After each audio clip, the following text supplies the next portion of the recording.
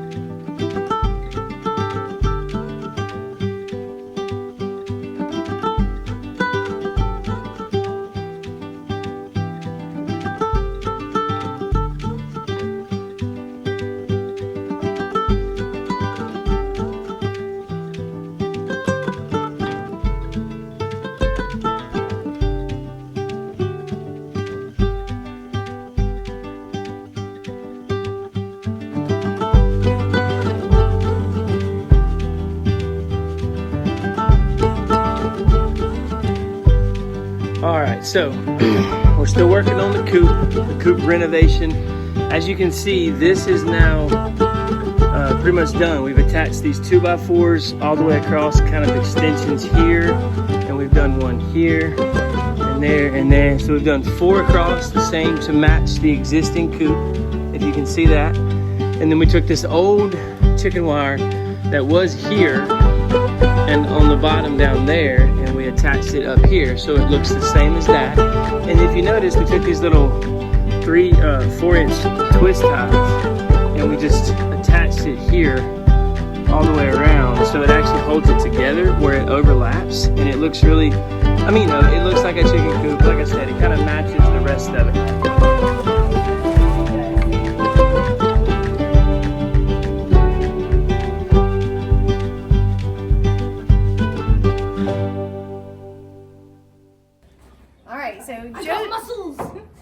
Joelle is bringing me a very important ingredient. This is powdered lime. Adding lime to your chicken coop is really important. A lot of people use diatomaceous earth or a few other, you can use some chemical sprays to help deal with parasites like any of your bloodsuckers, the nits, lice. I've even seen some ticks. And so what we're doing here is we are helping to create an hostile environment for any of our little bloodsuckers. This is also going to help be very absorbent because we don't need a high ammonia smell in here. So we're going to be sprinkling lime in. We're going to put it in a few of the nesting boxes.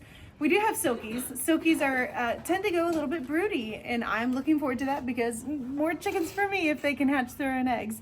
And a bird that sits on their nest a lot tends to attract the bloodsuckers because they're sitting there, they're just easy game. So we've got 1, 2, 3, 4, we've got 8 nesting boxes over there. I'm going to be adding in like little nesting pads for them. I don't know what it's like, a synthetic material, but we're going to be adding in lime to help deal with all the parasites and to help with absorption, and that's going to go in here. We also had pigs in here over the winter. Messy.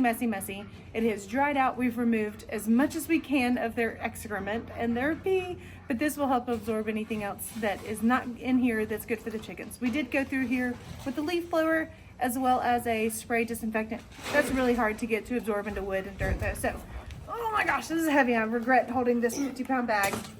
I got the it. whole time that we're talking. I got it. You got it? Let me just lay it down right beside you, actually. Can you grab that side of it? Help me lay it down. What side? You grab that side? Yeah. Let's just lay it right here.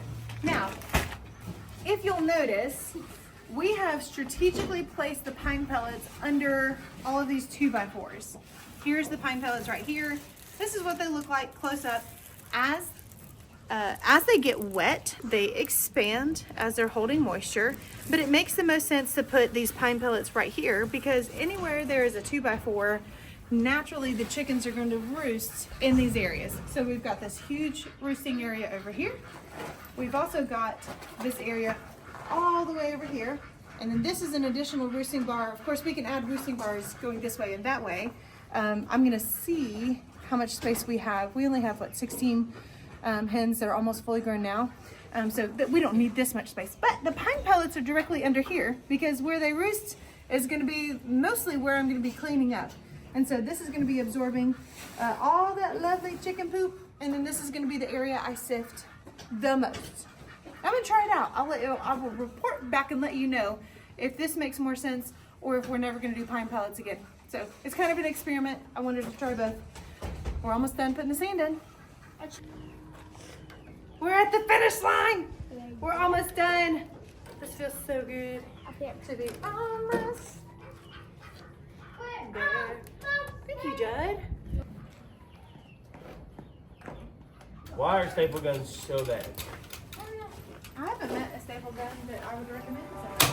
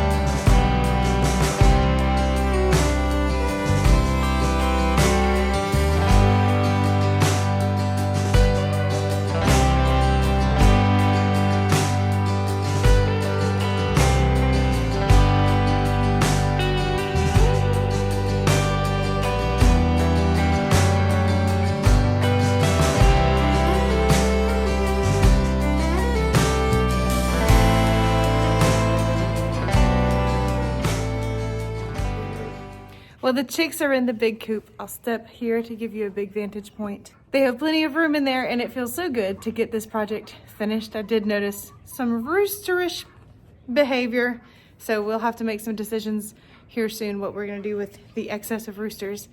But that's just something you deal with when you're always hatching more and more chicks. So yeah, that's all for today. It feels so good to get this project done.